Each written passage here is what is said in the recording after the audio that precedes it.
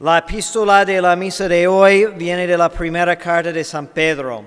Carísimos, os ruego que como extranjeros y peregrinos os abstengáis de los deseos carnales que combaten contra el alma, observando buena conducta entre los gentiles, para que así como ahora murmuran de vosotros como de malhechores, considerándoos por vuestras buenas obras, glorifiquen a Dios en el día en que los visita. Someteos pues a toda humana criatura por Dios, ya sea al rey como soberano que es, ya a los gobernadores como delegados suyos para venganza de los malhechores y para alabanza de los buenos, porque esa es la voluntad de Dios, que haciendo bien hagáis enmudecer la ignorancia de los hombres imprudentes. Portaos como libres y no teniendo la libertad a manera de velo para encubrir la malicia, mas como siervos de Dios. Honrad a todos, amad a vuestros hermanos, temed a Dios, dad honor al Rey. Siervos, sed obedientes a los señores con todo respeto, no solo los buenos y moderados, sino aun a los de recia condición, porque esto es lo que agrada a Dios en Jesucristo, Señor nuestro. Y nos ponemos de pie para el Evangelio según San Juan. En aquel tiempo dijo Jesús a sus discípulos: dentro de poco ya no me veréis, mas poco después me volveréis a ver, porque me voy al Padre. Entonces algunos de ellos se dijeron unos a otros: ¿qué nos querrá decir con esto? Dentro de poco no me veréis, mas poco después me volveréis a ver, porque me voy al Padre. Y decían: ¿qué es esto que nos dice un poco? No sabemos lo que nos quiere decir. Entendió Jesús que le querían preguntar y les dijo: ¿disputáis entre vosotros de esto que he dicho? Dentro de poco ya no me veréis, mas poco después me volveréis a ver. Y en verdad os digo que vosotros lloraréis y gemeréis, mas el mundo se gozará.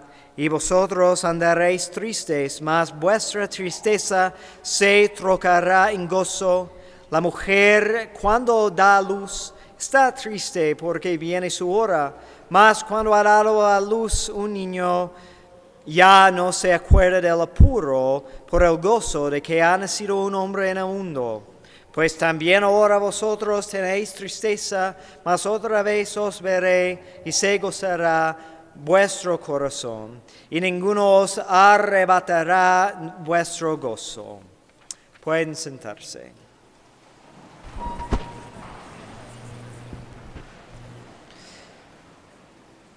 Que como peregrinos y extranjeros os abstengáis de los deseos de la carne, en el nombre del Padre, del Hijo y del Espíritu Santo. Amén.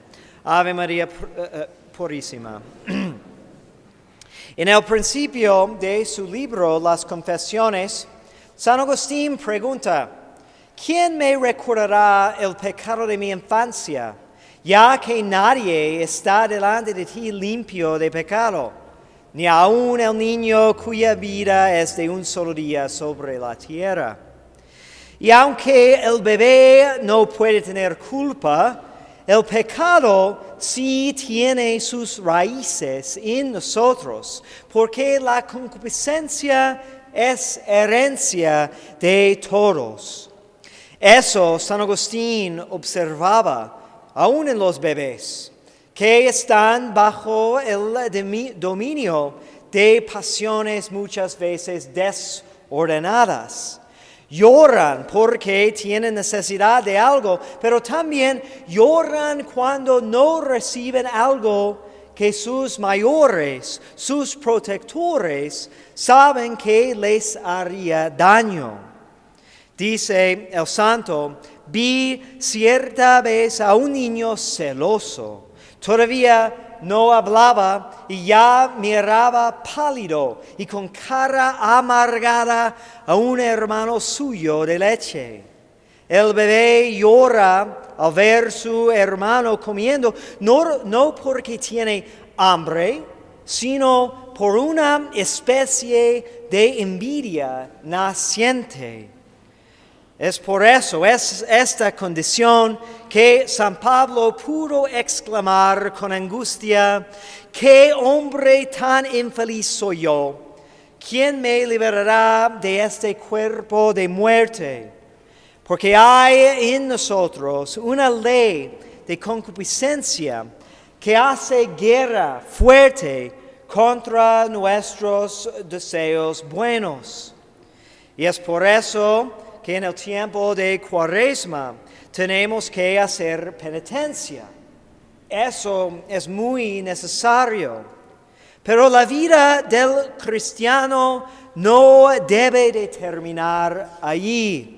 Tenemos que ver, tenemos que entender el propósito por el cual lo hacemos, y si no, nos fatigaremos fácilmente en el camino. Hay ejercicios de Cuaresma, pero también hay ejercicios de Pascua. Por eso dice San Pedro en la epístola de hoy: os ruego que como extranjeros y peregrinos os abstengáis de los deseos carnales. Extranjeros, peregrinos, porque vamos en camino. Aquí no tenemos ninguna casa permanente. Y como bautizados necesitamos vivir de tal manera, no según los lemas de este mundo, sino con la mirada fijada siempre en el cielo. En el bautismo fuimos sepultados con Cristo. Ahora nos toca resucitar y vivir de otra manera. San Pablo dice: en cuanto al haber muerto como fue por destruir el pecado, murió una sola vez. Mas en cuanto a vivir, vive para Dios. Vivir para Dios es la tarea de Pascua. Y en el Evangelio el Señor nos habla de los premios de hacerlo. Se gozará vuestro corazón y ninguno os arrebatará vuestro gozo. Nuestra meta no es simplemente evitar el pecado. La meta es la santidad. Y la santidad es la única cosa que produce ese gozo perfecto. Y la santidad consiste en dos pasos fundamentales. Primero, necesitamos apartarnos de todo lo mundano, empezando con el pecado, pero siguiendo más allá.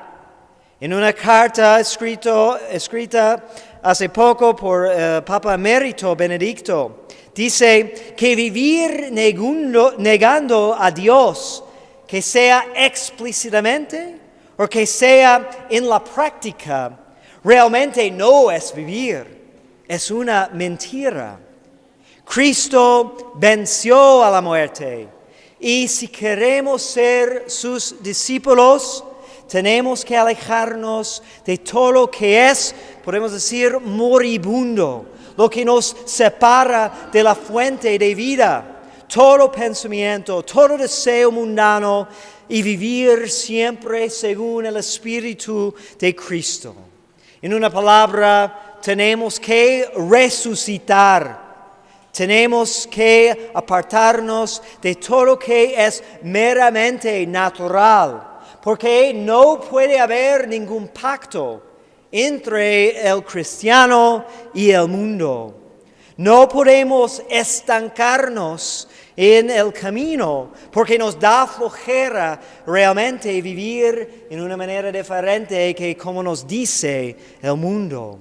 Por ejemplo, San Pablo dice que recemos sin cesar. Y nos preguntamos con qué frecuencia en el día pensamos en Él. ¿Cuántas veces nos encomendamos? ¿Estamos realmente conscientes de qué afecto, qué resultado, tendrá cada acción, cada acto, cada pensamiento en cuanto a la vida eterna. Nos preguntamos si nos preocupamos, por ejemplo, por meditar y estudiar las cosas de Dios, o que si nos interesan más las cosas del mundo. O podemos preguntar si Dios es mi única meta y ordeno todo lo demás según esa realidad. O más bien si tengo primero mis prioridades y trato de vez en cuando de hacer que quepa Dios dentro de ellas.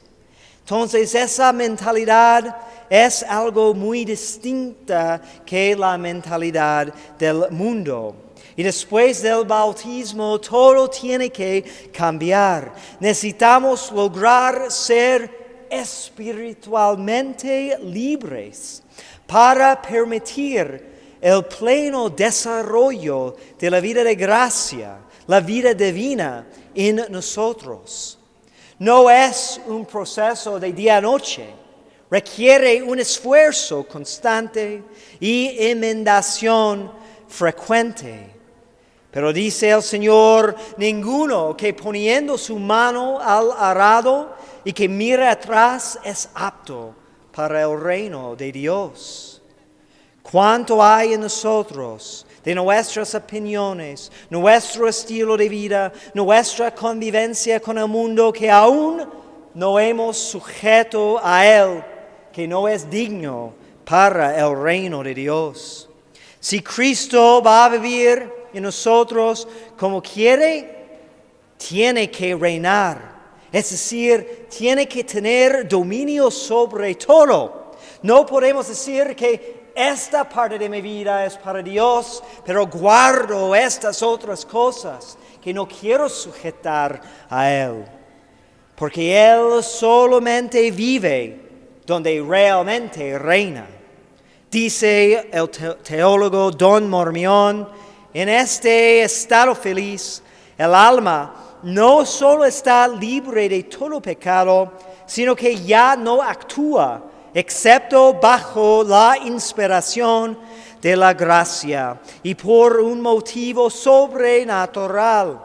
Y cuando este motivo sobrenatural se extiende a todas sus acciones, cuando el alma, por un movimiento de amor habitual y firme, se refiere a Dios y a la gloria de Cristo y a la de su Padre, todo, entonces hay en ella la plenitud de vida. Esto es la santidad, vivir para Dios.